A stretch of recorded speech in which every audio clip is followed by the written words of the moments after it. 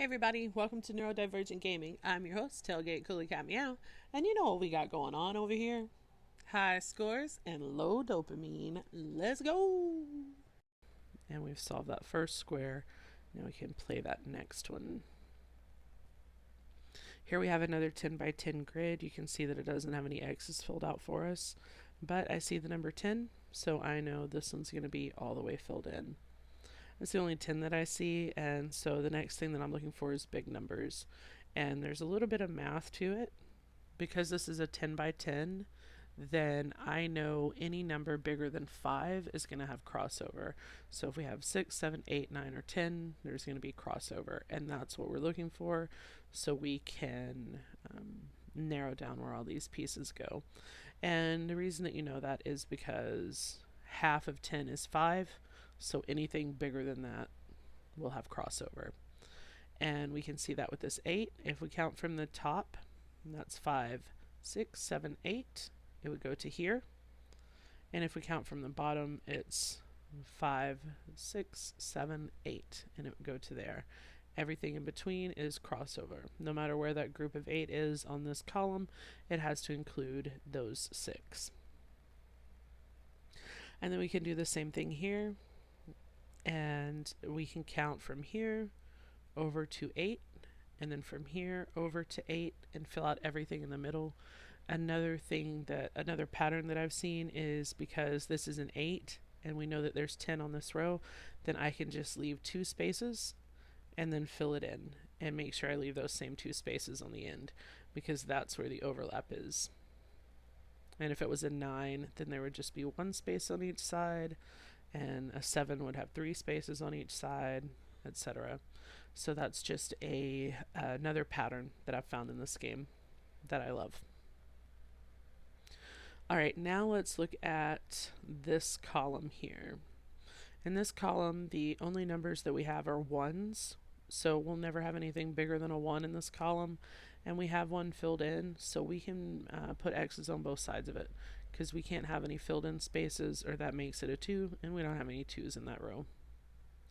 And then column. I always say row, no matter if I'm talking about a row or a column, I always say row. So it's the same thing in this row, and because we know that these all have to be 1s, we can separate these all out because we can't have any stuff there. Same here, we can separate these out. We know that those are just 1s in that row, so have to be separate. And let's look at, let's see what I'm seeing next. I think here, we'll just keep going down here. So in this row we have a group of 1, and then a 4, and then a 1.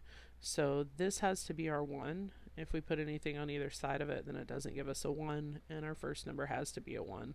So we'll mark that off on both sides, and then we know right where our next number starts. And our next number is a 4. There's our 1, 2, 3, 4, and we can put an X after it. And we don't know where that other 1 goes. There's not going to be any crossover, so we can't say for sure. Now we can count to see if there's crossover, even if there's more than 1 number in the column or the row. We can still count it. So to do that, we would just say 1 space 1, 2, 3, 4, 5, 6. That's where that one goes to, and then we would start down here, 1 space 1, 2, 3, 4, 5, 6, and then everything between that is the crossover for the 6. However, for this one, we can do that math thing that I was saying earlier. So we know that there's only one way that a 1, 6, 1 can fit on a 10, because 6, 7, 8, and then 1 more for that space is 9, and 1 more for that space is 10. So there's only one way that it can fit. I do this all the time. I forget to switch between my X and my square. So you see that took one of my hearts away. So we know that it has to go 1, and then a space, and then 6, and then a space, and then a 1. That's the only way that it will fit, because if you put 1 in for the spaces, all of that equals 10. And Let's see. How about this one? For this one, we have a group of 4 and then a group of 4. I can see that we have a space for 4 here. I can see that we have a space for 4 here. And we have a space for 4 here if we connect these two.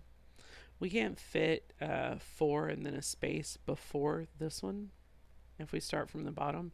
And that tells us that this has to be part of that bottom number. And if that has to be part of the bottom number, then we know that's our 4. And we block it off there because it can't go down any further, and then the other 4 has to fit there. And let's see where another example of that would be. Let's look at this row. This row, the last number is a 3. So if we start from the right, we have to have a group of 3. And you can probably tell that it's these 3 right here. But to explain what I was trying to say is that we can't fit a 3 and a space before this filled in square. Therefore, we know this filled in square has to be part of that 3. And the same goes here because we can't go 1, 2, 3 and then a space before this one. Therefore, this has to be part of that 3 as well.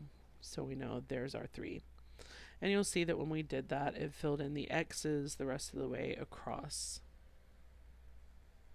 So that's nice, it fills in the X's for us. And it helps us see things. For example, in this column, that bottom number has to be a 2. And now that it filled in that X, we know that that can't go up. So the 2 has to come down. And there's our 2.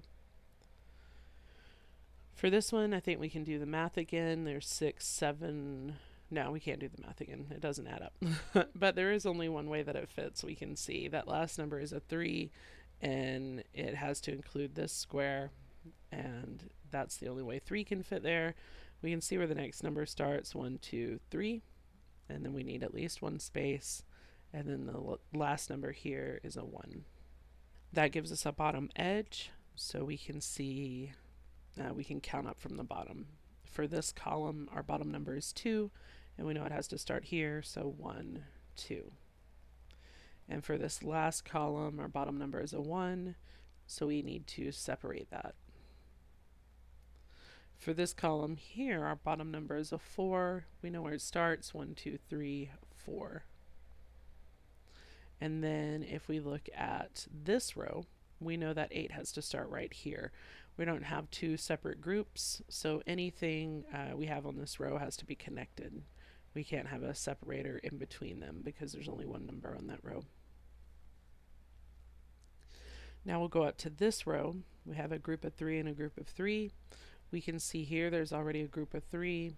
We know it can't get any bigger than that because then it would be a 4, so we can block that off. And then we can see here that there's only one number left, so that these 2 squares have to be part of that same number. And then the row above that, we have 2 groups of 3 again. We can't fit a 3 and a space right here in this one square. Therefore, this has to be part of that first number. And then if we try to fit a 3 and a space before this one, we also won't make it. We'd say 1, 2, 3, and then there's no room for our space before that. So this has to be part of our first 3 as well. So we'll fill that in and put an X on both sides so it doesn't turn into a 4. And then we have the same situation over here. There's one number left, so we have to connect those lines. And then we'll do this row. We're going to start from the right, that 4. 4 can't fit here, so we know it won't go in that one space. But we know right where it starts because it can't go to the right anymore, so it can only go this way. There's only one way it can go, and that's 1, 2. Oops, I forgot to switch again. 1, 2, 3, 4. And so that's where our 4 goes. And then the number that we have remaining is a 2. And we have exactly 2 spaces left.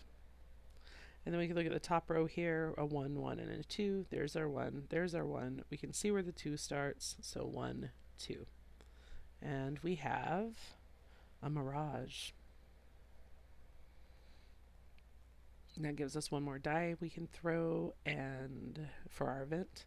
And then we can scroll down here and we can see in the event, right now we're in 4th place because we're still in 1st position, and somebody has already made it up to 45. So it lets us keep an eye on our event. We're gonna wait though. I'm gonna save up a bunch of dice before I go. It's my little I guess it's like digital hoarding. Whenever I play video games, then I try to hoard all the supplies. I've already shown y'all me playing some Klondike, and I hoard all that energy up before I spend it. That way, that energy number gets really high. Don't forget to like and subscribe if you feel like it. That's the hit. Catch you next time. Bye.